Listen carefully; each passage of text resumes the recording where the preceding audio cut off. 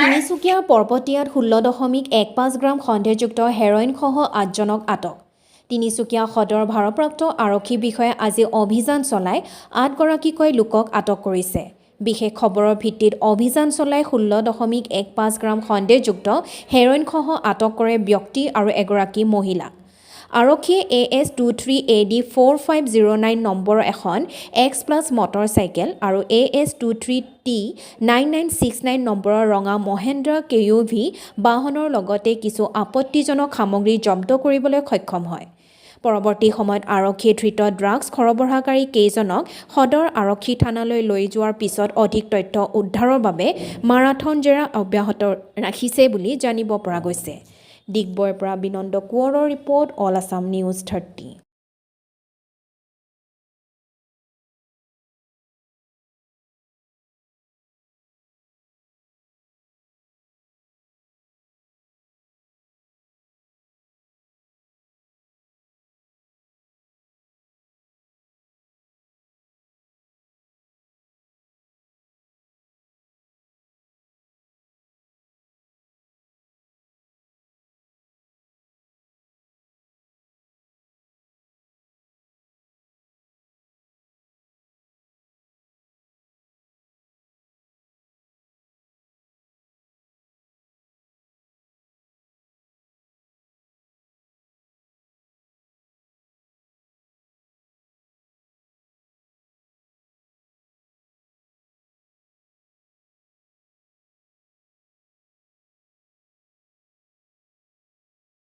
একি নামা নহয় স্যাৰ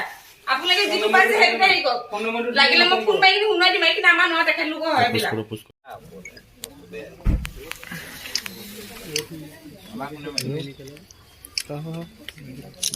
মামা চোক কভাৰ হ'লে দেখি কভাৰ বাত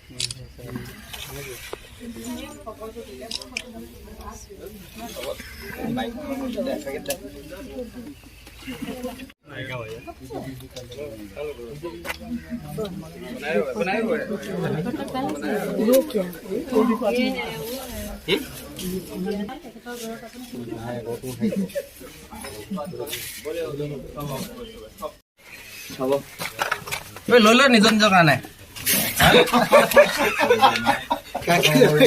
নতুন পাম নেকি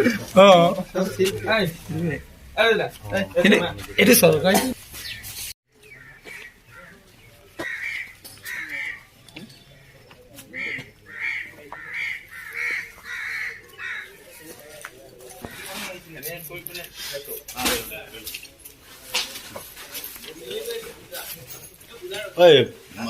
পূজা দাস কোন হয় আপোনাৰ হাজবেণ্ডৰ কি নাম নামটো কি প্ৰতিমা দাস আৰু তোৰ হাজবেণ্ডৰ নামটো ৰুবুল কলিতা আৰু লগত 3 7টা দাস আপোনাৰ নাম কি হাজবেণ্ডৰ নাম পূজা আৰু ইয়াৰ হাজবেণ্ড ৰুবুল কলিতা পূজা নহয় তোৰ নাম প্ৰতিমা দাস আৰু ৰুবুল কলিতা ৰুবুল আৰু এই আপোনাৰ হাজবেণ্ড হয় হেল্ল' ডকুমেণ্টছ কিবা আছে নাই ডকুমেণ্টছ কিবা আছে নাই